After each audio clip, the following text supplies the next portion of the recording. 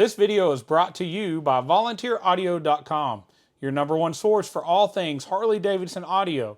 From individual radios, speakers, and amps to complete plug-and-play amp and speaker systems, we've got you covered. And once you've ordered your package from Volunteer Audio, it includes lifetime tech support. And we have the very best step-by-step installation video so you can install it yourself and save money.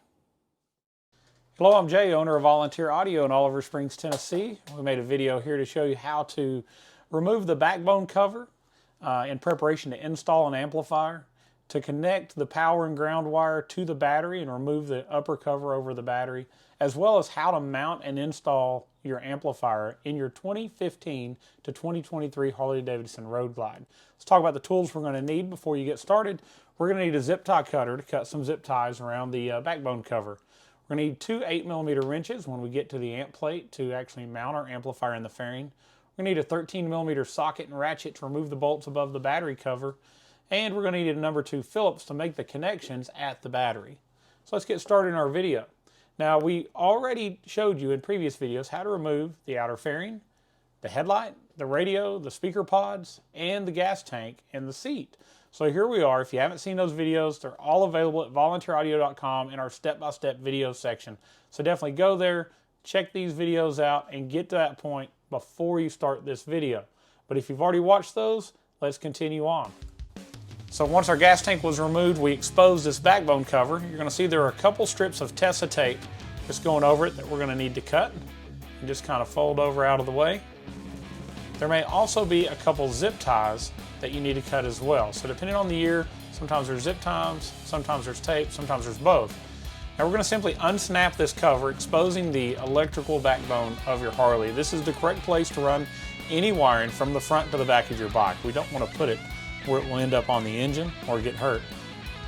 There's a little plastic cover on the side of this front neck that with our finger we've already took and we've popped it loose. By doing that, it gives us easy access to run the wiring. So run your wiring through the hole as you've seen there and get it to the front.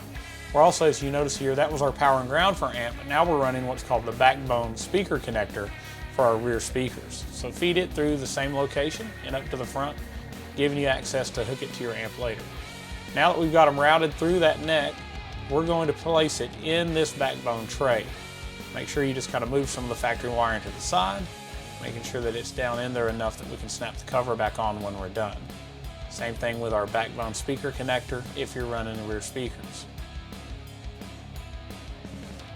All right, now that we have it in there, we're just going to snap the cover back on. Now, keep an eye out for any factory wiring that may have tried to come out the side. There's a lot of loose wires and we don't want to pinch those. If you have an ABS bike with brake lines that run up through here, make sure they're all back in their original holders. This particular bike did not have ABS. All right, so now that everything is snapped back in, we're just going to put the tape back in place right where it was.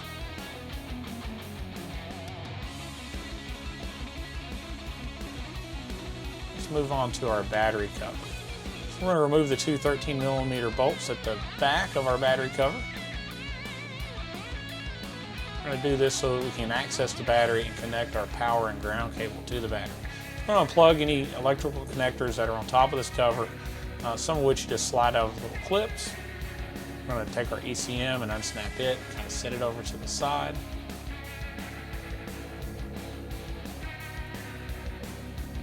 Once we get these things out of the way, there's a clip at the front of the battery.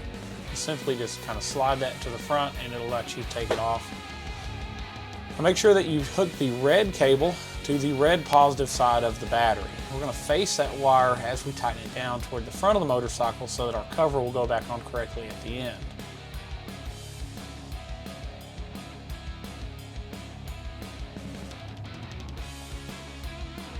Now you'll know it's the positive cable because it will have the fuse holder in it, and make sure it goes to the positive side of the battery.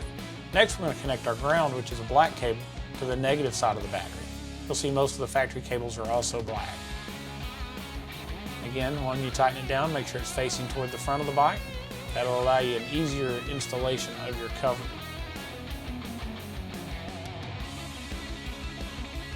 We're using a #2 Phillips screwdriver to do this. Sometimes you can use a 10mm as well. For our battery cover, we're going to slide it back on. As you see, we're going to take that plastic clip and we're going to go right in front of that metal clip so it lips over and slides in place. Make sure none of your wires are stuck underneath it. And now we're going to put our 13mm bolts back in the rear of this battery cover. Tighten those back down.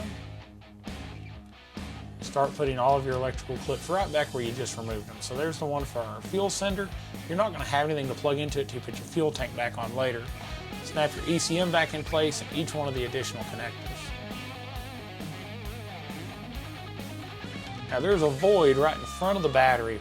Normally there's nothing at. We'll take our fuse holder and our power and ground wire, and as you see here, we're just going to position it down in that void so it's not up under the seat, so the seat doesn't pinch any of these wires. The fuse holder is waterproof, so it doesn't really matter about the orientation, just get it down in that hole. So now we're going to take our amplifier. When you order from Volunteer Audio, it's going to come pre-mounted to a Road Glide mounting plate like you see here in the video.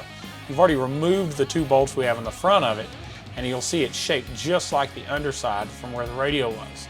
So we're going to slide it up, making sure that that metal lip at the top is over top of the factory metal bracketry, and we're going to try to line up each one of these side holes, these little ears on the side where we're going to mount our mounting hardware. As we slide that amp all the way forward, you'll see how it's positioned there. Here we are, we're going to stick our bolts in from the side. There's just going to be an 8mm bolt with an 8mm nut. So just put that through the factory hole and tighten it up.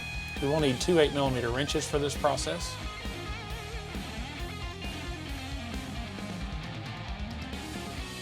We're going to move to the other side and do the same thing.